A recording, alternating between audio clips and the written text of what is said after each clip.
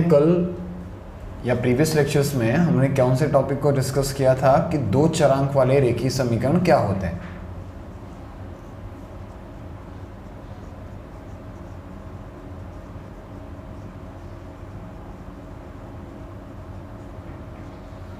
हम पूरा रिवीजन करते हैं पहले, उसके बाद दो चरांक वाले रेखीय समीकरण होते क्या है।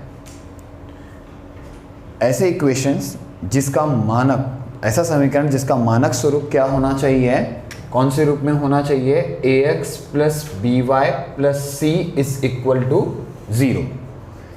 इनमें से कोई भी a और b में से किसी एक की वैल्यू उस समीकरण में क्या होनी चाहिए, 0 होगी तो भी चलेगा, नहीं होगी तो भी चलेगा, लेकिन दोनों 0 नहीं होने चाहिए। अगर वो दोनों 0 हो गए तो उसे हम लोग दो चरांक वाले रेखीय समीकरण नहीं बोलेंगे। ठीक है।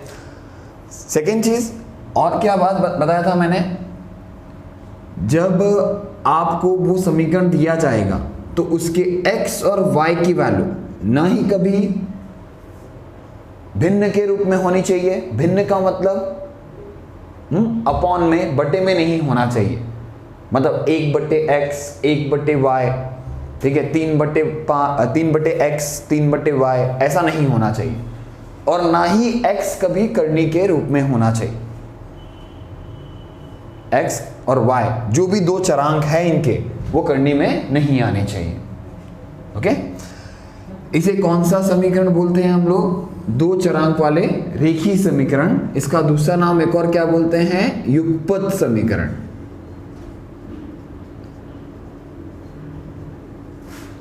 ठीक है। कल हमने कौन से दो मेथड किए थे,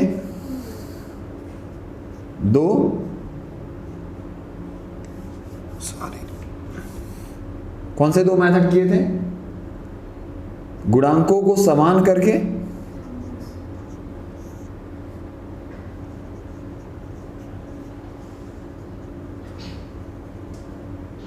और मान रखकर निरसन करना।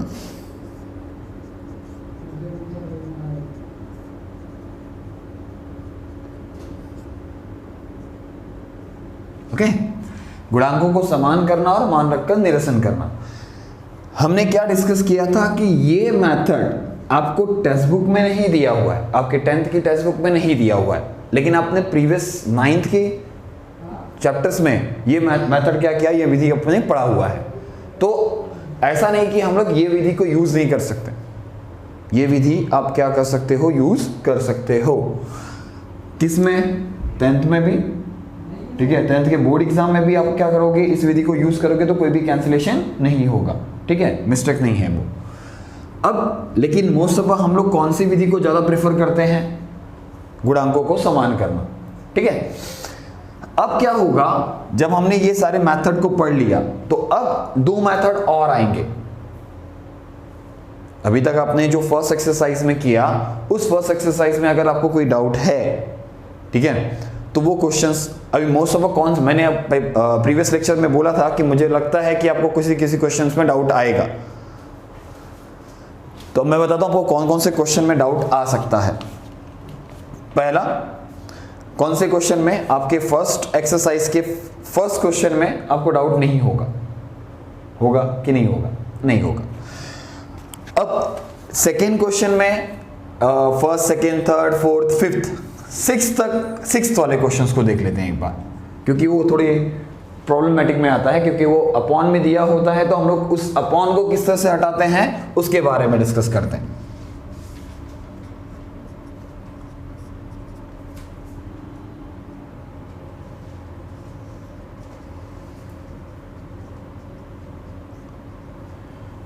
थोड़ा आप लोगों को किस पे ध्यान देना है, प्लस माइनस पे ध्यान देना रहेगा, क्योंकि जब हम लोग एडिशन और सब्ट्रैक्शन करते हैं, जब हम लोग जोड़ते और घटाते हैं, तो जोड़ने और घटाने में हम लोग को ये प्रॉब्लम होती है कि कौन सा चिन्ह बड़ा है, कौन से नंबर का चिन्ह बड़ा कंसीडर किया जाएगा, कौन से नंबर का चिन्ह छोटा कंसीडर किया जाएगा। ठीक है। तो अब क्या करेंगे हम, पहले समीकरण में, पहला समीकरण जो दिया हुआ है उस समीकरण में क्या दिया हुआ है, देखो अपॉन में कुछ नंबर हैं, बटे में कुछ नंबर दिए हुए हैं। अगर बटे में कुछ नंबर दिया है तो उस बटे को हटाने के लिए उस अपॉन को हटाने के लिए हम उनके बटे के नंबर्स को देखेंगे। बटे के नंबर्स को देखने के बाद हम उसी नंबर से सारे पद में फर्स्ट, सेकंड, थर्ड, इन तीनों पदों में क्या करेंगे, उसका गुणा कर देंगे। ठीक है, जब तीनों पदों में गुणा करेंगे तो क्या लिख सकते हैं हम लोग, 3 into 1/3x plus 3 into Y is equal to 3 into 10/3। ये 3 3 कैंसिल हो गया, क्या बचा x, 1 को लिखते नहीं है हम लोग, ये 3 3 कैंसिल हुआ, क्या हो गया 10। ये आपका समीकरण नंबर 1। यहां पर बटे में क्या दिख रहा है आपको, 4, तो सब में किससे गुणा करना है आपको, 4 से, तो 4 into 2x plus 4 into 1/4 y is equal to 4 into 11/4। 4 4 cancel, ये 4 4 कैंसिल, 4 दूनी 8x प्लस y बराबर 11। ये आपका समीकरण नंबर 2। ओके, अब इस समीकरण में हमको क्या करना है, y को कैंसिल करना है कि x को कैंसिल करना है, वो आपके ऊपर डिपेंड करता है। तो मैंने यहां पर क्या बोला कि मुझे y को काटना है, तो इसके पास y है कि 3y है, 3y है, इसके पास सिर्फ 1y है, तो समीकरण नंबर 1 में किससे गुणा करेंगे हम लोग, 1 से, और समीकरण नंबर 2 में किससे गुणा करेंगे, 3 से।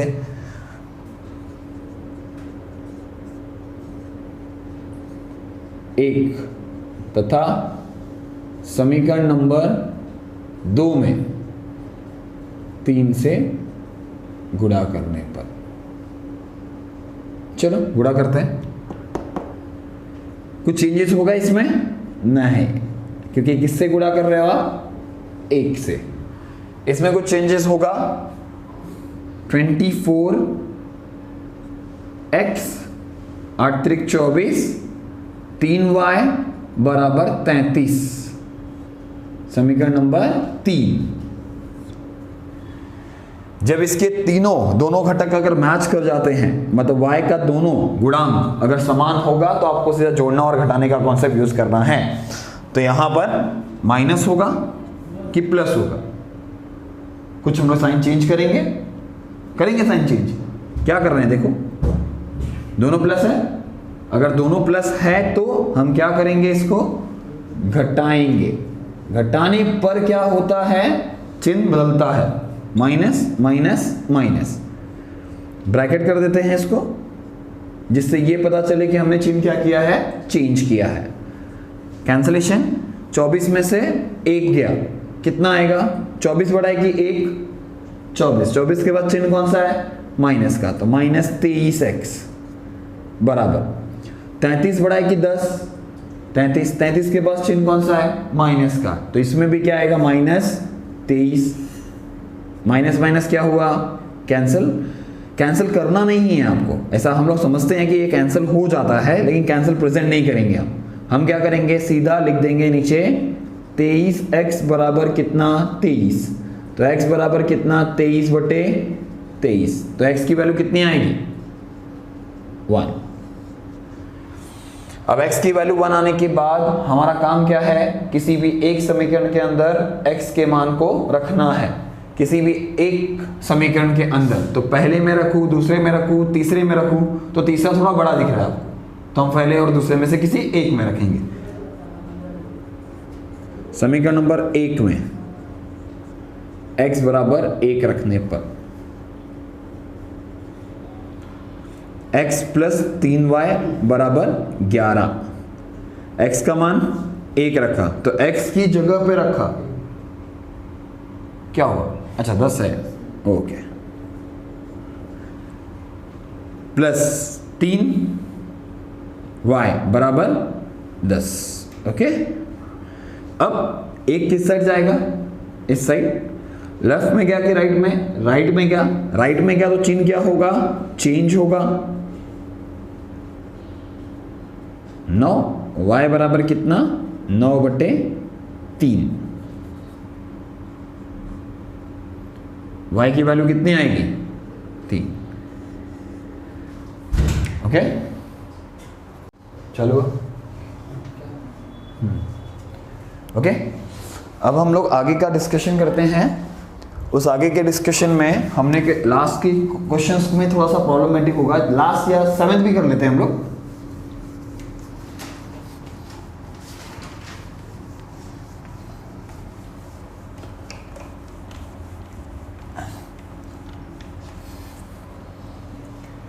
सेवेंथ क्वेश्चन और 8th question both are same ना, दोनों सेम ही है।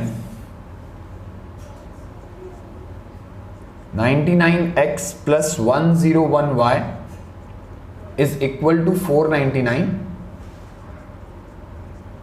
and second one 101x plus 99y is equal to 501। समीकरण 1 समीकरण नंबर 2। अदला बदली है इसमें, अगर इसमें अदला बदली है तो क्या करेंगे, पहले क्या करना है आपको, जोड़ना है। जोड़ने पर इसको जोड़ेंगे तो कितना आएगा 200, इसको जोड़ेंगे तो कितना आएगा 200y, और इसको जोड़ेंगे तो कितना आएगा 1000। करेक्ट। x और y के पास नंबर सेम आ रहे हैं तो दोनों पक्षों में किससे भाग देना है आपको,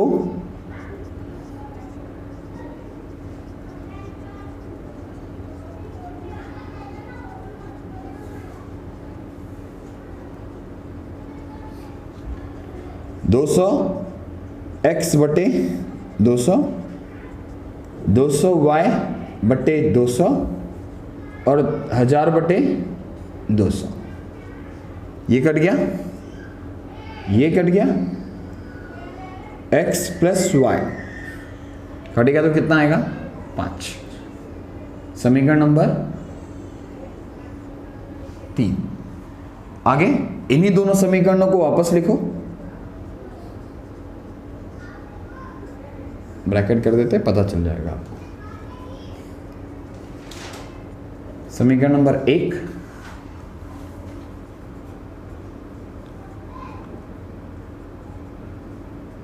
501, समीकरण नंबर 2। क्या करने वाले हैं हम लोग, घटाने पर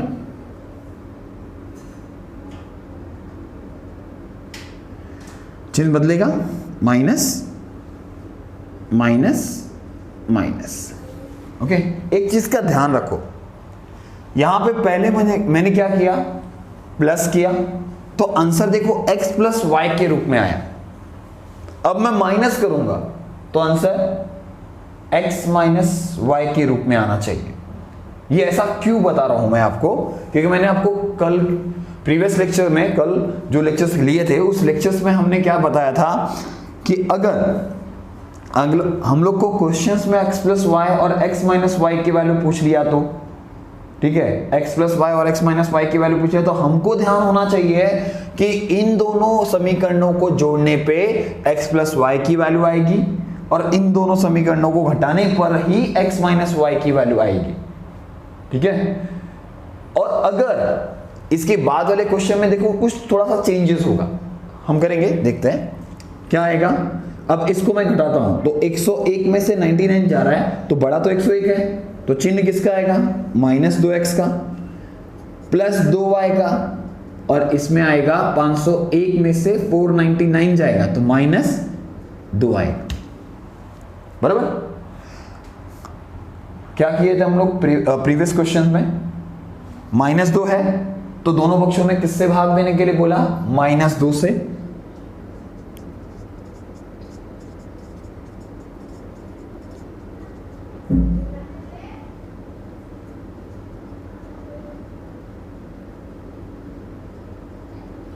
क्या आएगा, -2x बट्टे -2 प्लस 2y बट्टे -2 -2 बट्टे -2। ये कटा, 2 कटा, ये -2 पूरा कटा, कितना आएगा, ये माइनस पूरा कटा ना, तो x माइनस वाई बराबर 1। समीकरण नंबर 4। ओके, इतना क्लियर होने के बाद ये आपका समीकरण नंबर 4 बन गया। अब हम समीकरण नंबर 3 और समीकरण नंबर 4 को लेंगे और उनको सॉल्व करेंगे, और उसके लिए हम लोग को किसी के साथ भी जोड़ना, गुणा और भाग नहीं करना है। समीकरण नंबर 3, समीकरण नंबर 4। अब इसको क्या करेंगे हम लोग, जोड़ेंगे। जोड़ने पर y कैंसिल, 5 और 1 6, x बराबर 6/2, x बराबर कितना 3, यह आपका x का मान। अब समीकरण नंबर 1, समीकरण नंबर 2, समीकरण नंबर 3, समीकरण नंबर 4 में से किसी में भी रखना है, लेकिन हम ज्यादा बड़ा क्वेश्चंस करना चाहते हैं कि छोटा छोटा, तो छोटा करने के लिए हमको समीकरण नंबर 3 में x बराबर क्या रखना है, 3 रखने पर x प्लस y बराबर 5, 3 धन y बराबर 5, y बराबर 5 में से 3 गया तो कितना आएगा, 2। ये हुआ आपका क्वेश्चन नंबर 7। एक क्वेश्चन और है जिसमें डाउट आ सकता है आपको, तो क्वेश्चन नंबर 8 देखते हैं।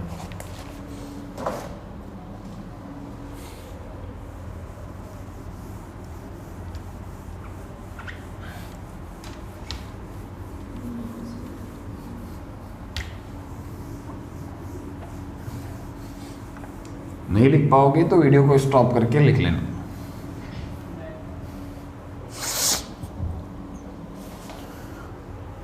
Question number 8, 49x minus 57y is equal to 172. 57x minus 49y is equal to 252। समीकरण नंबर 1 और 2। ओके, अब इस समीकरण में पहले आपको जोड़ना है। देखो, इस माइनस को थोड़ा सा केयर करना। अगर क्वेश्चन में x प्लस वाई पूछा तो इस समीकरण को आपको घटाना पड़ेगा पहले। प्लस, पिछले क्वेश्चन में दोनों प्लस थे तो जोड़ने पे प्लस आया, घटाने पे माइनस आया। लेकिन इस समीकरण में दोनों माइनस है तो जोड़ने पे माइनस आएगा और घटाने पे प्लस आएगा। ओके, तो ये चीज का ध्यान रखना है, क्योंकि हम एग्जाम में जब क्वेश्चंस आएगा तो आपको माइनस करके देगा, और माइनस करके देगा तो आपको आदत क्या रहेगी, जोड़ने पे प्लस आना, प्लस आएगा। अभी बोल दिया x प्लस वाई की वैल्यू निकालो, तो आपके दिमाग में क्या आएगा, जोड़ना पड़ेगा। लेकिन इसको जोड़ना नहीं पड़ेगा, इसको क्या करना पड़ेगा, घटाना पड़ेगा। और माइनस पूछा तो जोड़ना है और प्लस पूछा तो घटाना है। ठीक है, जोड़ने पर ऐड करते हैं। देखो, प्लस प्लस प्लस होता है, माइनस माइनस प्लस होता है, और प्लस प्लस प्लस होता है। 49 plus 57, 9 plus 7 16, carry 1 10, 106x minus 106y is equal to 4 12 4। Then x दोनों पक्षों में किससे भाग दूं, 106 से।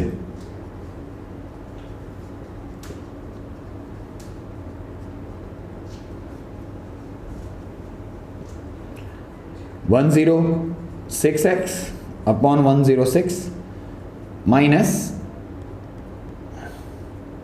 106y upon 106 is equal to 424 upon 106। ये कैंसिल होगा तो x आएगा, माइनस y होगा, और देखो ये 4 ये 1, 6 चौक 24 और 1 गुणे 4 कितना होता है 4, तो ये कैंसिल होगा तो कितना आएगा 4। समीकरण नंबर 3। क्या बोला था, जोड़ने पे क्या आएगा, x माइनस वाई। अब क्या करेंगे, घटाएंगे, तो क्या आएगा x plus Y. 49x minus 57y is equal to 172। समीकरण number 1। 57x minus 49y is equal to 252। समीकरण नंबर 2। क्या करना है, घटाने पर माइनस प्लस माइनस 57 माइनस 49, 57 बड़ा है कि 49, 57 चिन्ह कौन सा है, माइनस का, इधर कौन सा है, प्लस का, इधर कौन सा है, माइनस का। 57 minus 49 minus 8x, correct. Same minus 8y, ध्यान देना 57 बड़ा है कि 49, 57 के पास माइनस का साइन है, 57 के पास माइनस का साइन है। 252 माइनस में ही आंसर आएगा, 252 माइनस 252। अब बहुत लोग कैसा माइनस करते हैं, 2 7 1 में से 2, ऐसा नहीं होता है। हमको क्या करना है, 252 172 0, 15 माइनस 7 8, ये 0, कितना आया 80। इधर माइनस 8 है, इधर भी माइनस 8 है, इधर माइनस 80 है, तो दोनों पक्षों में किससे भाग,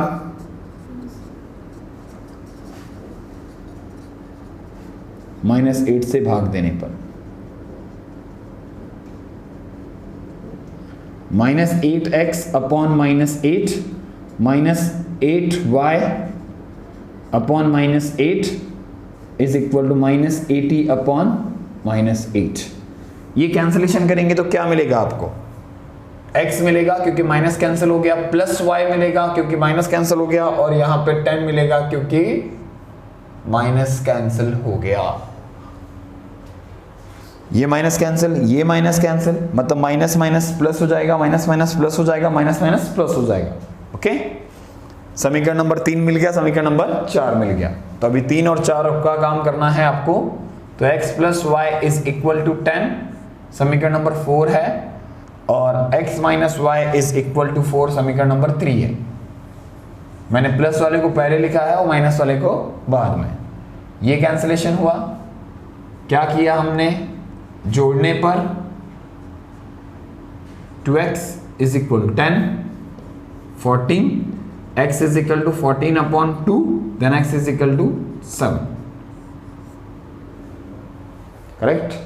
अब समीकरण नंबर 3 या समीकरण नंबर 4, तो प्लस करना बहुत अच्छा लगता है ना, तो प्लस वाला समीकरण मेरे को भी बहुत अच्छा लगता है। समीकरण नंबर 4 में x बराबर 7 रखने पर x plus Y is equal to 10, इधर 7 रखा, y is equal to 10 minus 7, then x is equal to y is equal to 3। ये आपके x और y की वैल्यू। ओके, चलो लिख लो, लिख लो।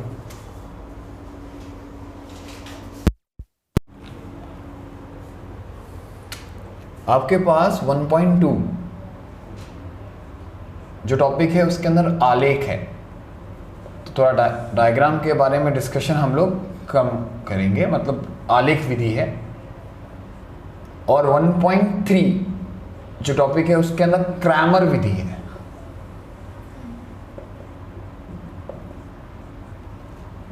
तो अभी हम लोग इसके बारे में डिस्कशन नहीं कर रहे हैं, क्योंकि ग्राफ, आपको उस समय ग्राफ पेपर चाहिए, वो सारी चीज़ के बारे में आप लोग डिस्कशन बाद में करेंगे। जैसे हम लोग को 1.3 हमने क्या किया, इससे पहले जो 2 विधि पढ़ी, वो 2 विधि क्या थी, गुणांकों को समान करना और मान रखकर निरसन करना। ठीक है, अभी वापस से इस टॉपिक में, इस चैप्टर में आपको 2 विधि वापस मिली है, एक है आलेख विधि और एक है क्रैमर विधि। तो मैंने आपको प्रीवियस लेक्चर में डिस्कस किया था कि जो 1.1 है वो किसके बेस पे है, 9th बेस पे है, उसके अंदर कोई भी मेथड का यूज नहीं किया। आपको अगर उसे मान रखकर निरसन करना होता तो मान रखकर करते, और गुणांकों को समान कर किया होता तो भी चलता। लेकिन अब हमको इसमें आलेख विधि और क्रैमर विधि से क्या करना है, x और y की वैल्यू निकालनी है। लेकिन क्रैमर विधि पढ़ने के लिए आपको सबसे पहले निश्चयक पता होना चाहिए। क्या होता है निश्चय?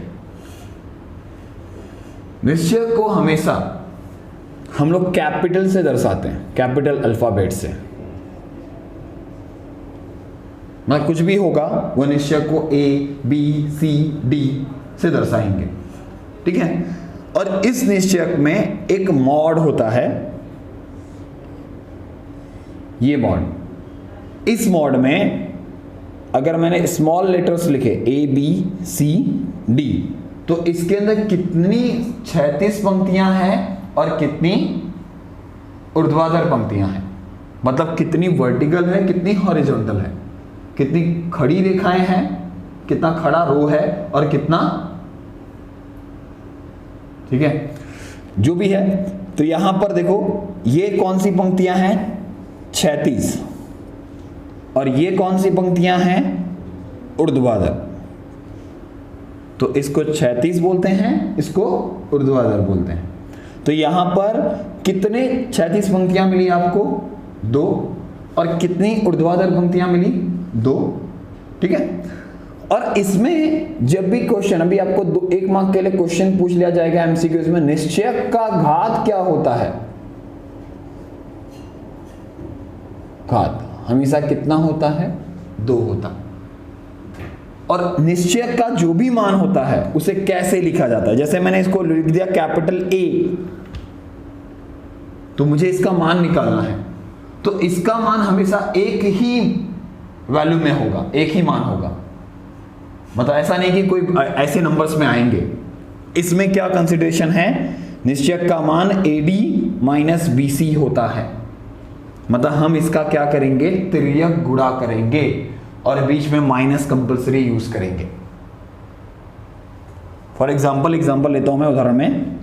समझो कि ये मॉड है, ये 1 2 3 4 है, तो इसके अंदर भी देखो 36 पंक्तियां 2 है, ऊर्ध्वाधर पंक्तियां 2 है। तो सबसे पहला तिर्यक गुणा इसी साइड से होना चाहिए, न कि इस साइड से। सबसे पहले यहां पे करना, तो 1 गुणे 4 माइनस कंपल्सरी बीच में लगाना है, और 2 गुणे 3। ये सारी चीज का डिस्कशन आप जब आगे चलकर पढ़ोगे तब मिलेगा। अभी यहां पर आपको 2 बाई 2 मतलब 2 रो 2 कॉलम, कितने रो है, 2 है, कितने कॉलम है, 2 है। तो इसमें सिर्फ आपको इतना समझना है कि जब भी आप निश्चय का मान निकालोगे तो निश्चय का मान क्या किया जाता है, एक वैल्यू से लिखा जाता है। एक वैल्यू से लिखने के साथ साथ हम निश्चय को की घात को क्या कंसीडर करते हैं, 2, ठीक है। तो यहां पर देखो, इसमें 1 घात, इस पे 1 घात, तो 2 घात आई, इस पे भी 1 घात 1 घात, तो 2 घात आई ना। तो इसे निश्चय का घात कितना बोला गया है, 2 बोला गया है, क्योंकि इसके साथ में अभी आप जब क्वेश्चंस को सॉल्व करोगे तो आपको x और y की वैल्यू मिलेगी, x और y की वैल्यू मिलेगी। तो x पे 1 घात होता है और y पे भी 1 घात होता है, ओके। यहां पर इसका तिर्यक गुणा किया गया। मैंने क्या बोला, सबसे पहला तिर्यक गुणा आपको इस साइड से करना है, ठीक है। 1 इंटू 4 माइनस 2 इंटू 3, यहां पर क्या आएगा, 4 माइनस 6 इज इक्वल टू -2। ये हुआ किसका मान, A का। मतलब अभी आपको कुछ क्वेश्चंस दिए जाएंगे जिसमें इसका निश्चय का मान निकालना पड़ेगा, ठीक है। 3 से 4 क्वेश्चन होंगे जिसमें निश्चय का मान निकालना है, ठीक है। First question,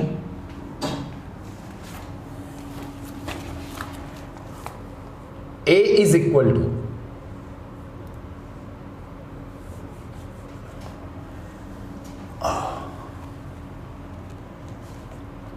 A is equal to 5379, 5 into 9 minus 3 into 7, multiply करो, 45 minus 21, माइनस करो, 5 minus 1 4, कितना आएगा, 24। Next, n is equal to, सटाइस कर दिया, -8 -3 2 4 क्या आएगा बोलो? -8 इंटू 4 -3 इंटू 2 मल्टीप्लाई करो।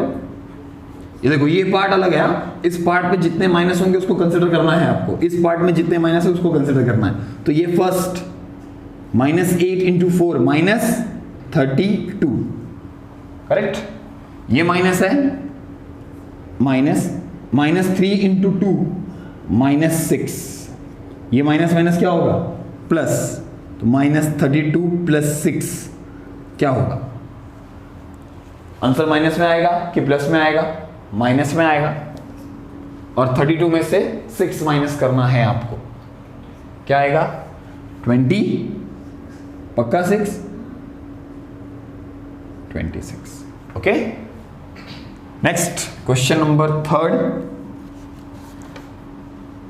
कैपिटल B मॉड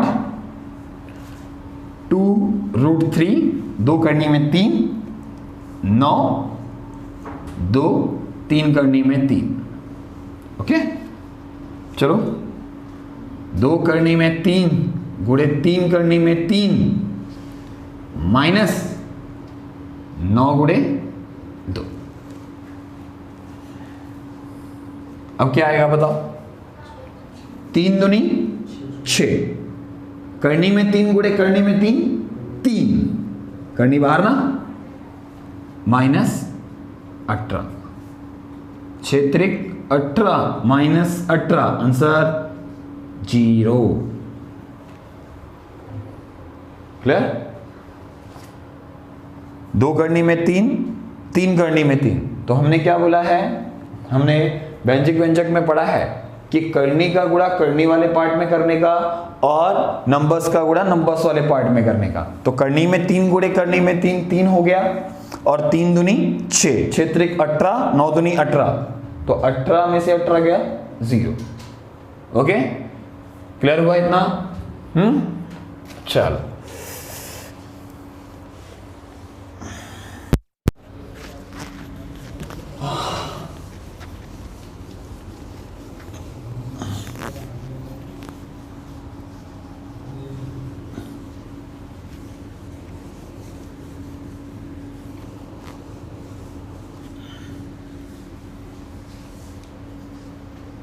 नेक्स्ट देखते हैं। आपके 1.3 एक्सरसाइज में आपको कुछ क्वेश्चंस मिलेंगे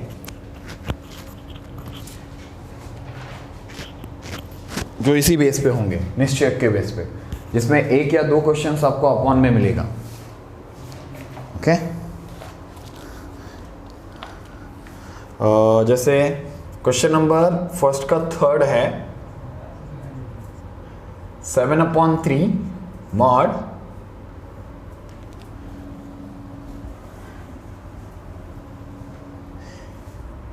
C is equal to consider किया मैंने 7/3 5/3 3/2 1/2।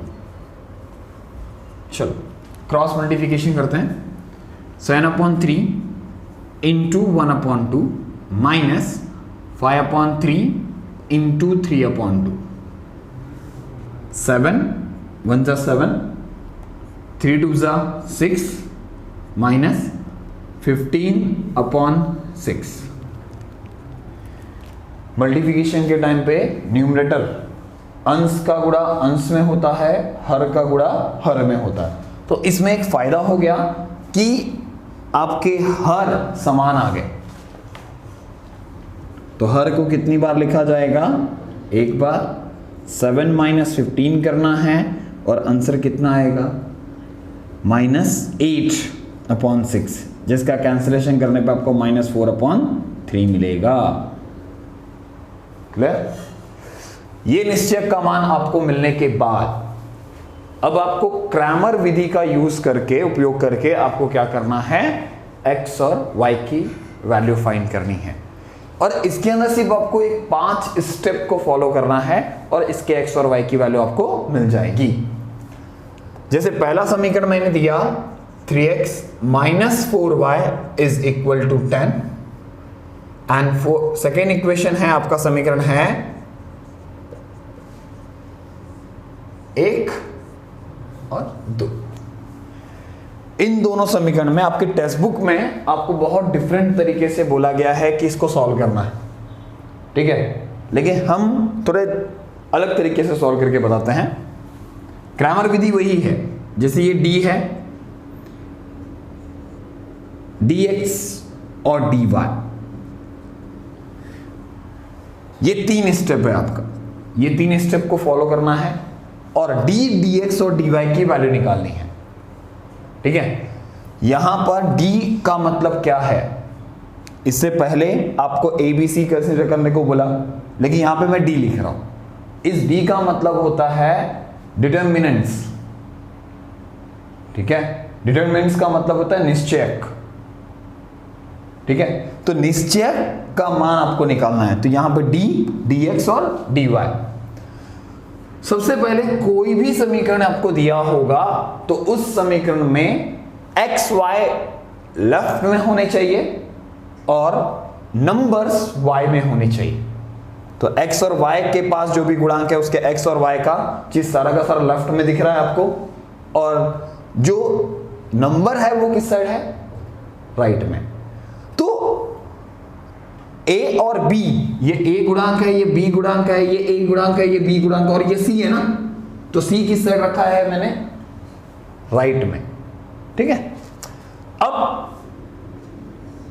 इसके d की वैल्यू आपको निकालनी है।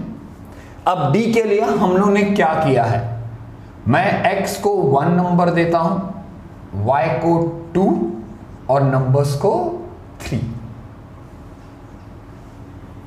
ठीक है।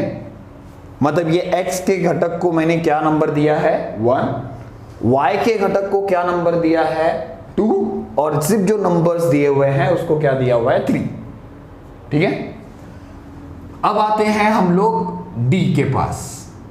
d के लिए क्या कॉन्सेप्ट यूज करना है, dx के लिए क्या कॉन्सेप्ट यूज करना है, और dy के पास, ये याद रखना पड़ेगा आपको, ठीक है। पहला 12 मतलब 12, अब 32 और 13, इसको बोलते हैं 12, 32, 13। अब 12 क्या है, 32 क्या है, 13 क्या है। अब 12 d के लिए 12, dx के लिए 32 और dy के लिए 13। अगर ये भी याद नहीं आता है, मैंने देखो 12 पहले लिखा, 1 को हटा के 3 लिखा तो 32 आया, और 2 को हटा के 3 लिखा तो 13 आया, ठीक है। आगे चलकर आपको अभी 2x2 का टेबल मिल रहा है, 2 रो 2 कॉलम, ठीक है। आगे चलकर आपको 3 रो 3 कॉलम भी मिलेगा, लेकिन अभी नहीं, 10th के बाद, ओके। अब 12 दिख रहा है आपको, तो दोनों समीकरण के 1 और 2 को उठाओगे। 1 के पास क्या है 3 और 4, देखो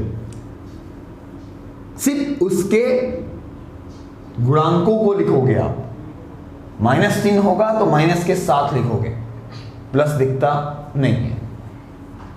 12 -4 3।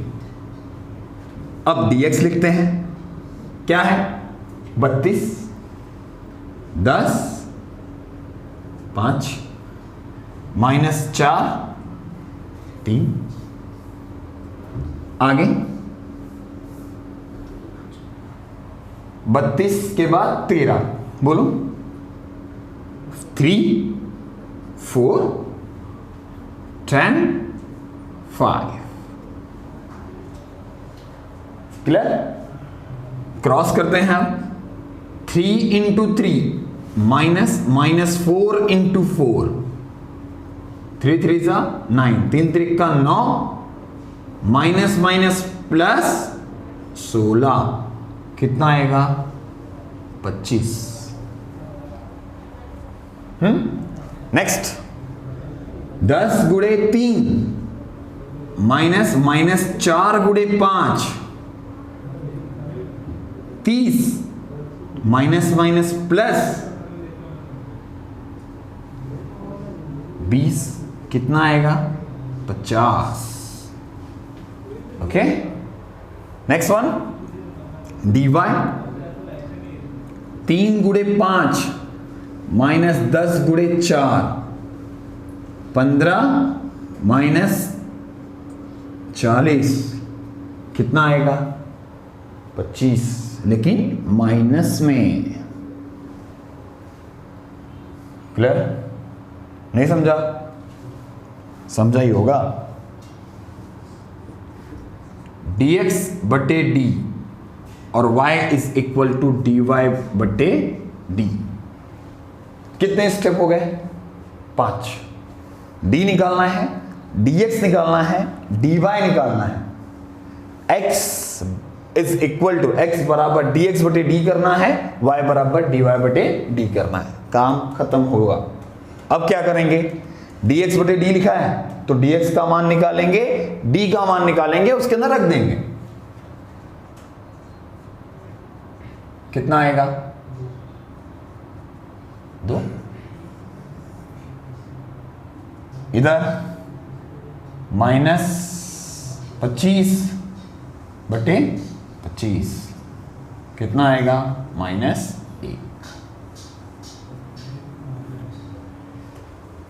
क्लियर? ये क्वेश्चन में आपको किसी भी क्रैमर रूल में, क्रैमर विधि, आपको सिर्फ इतना ही काम है। अब आपको क्वेश्चन में क्या पूछा जाएगा, युगपत समीकरण हल करो। तो युगपत समीकरण सॉल्व करने के लिए आपको कितने मेथड मिल गए 3। गुणांकों को समान करना है, मान रखकर निरसन करना है, या तो क्रैमर रूल को अपनाना है। ठीक है, कोई भी विधि से आप क्या कर सकते हो, किसी भी क्वेश्चन को सॉल्व कर सकते हो। लेकिन अगर एग्जाम में बोल दिया कि आपको क्रैमर विधि ही यूज करना है तो इसी विधि से आपको क्वेश्चन को सॉल्व करना पड़ेगा। ठीक है, समझा? ओके, जितने भी क्वेश्चंस होंगे वो खुद से थोड़ा सा सॉल्व करोगे आप। ठीक है, जिसमें भी जो भी डाउट आएगा होगा वो आप मुझसे क्या कर सकते हो, पूछ सकते हो। ओके, चलो बाय।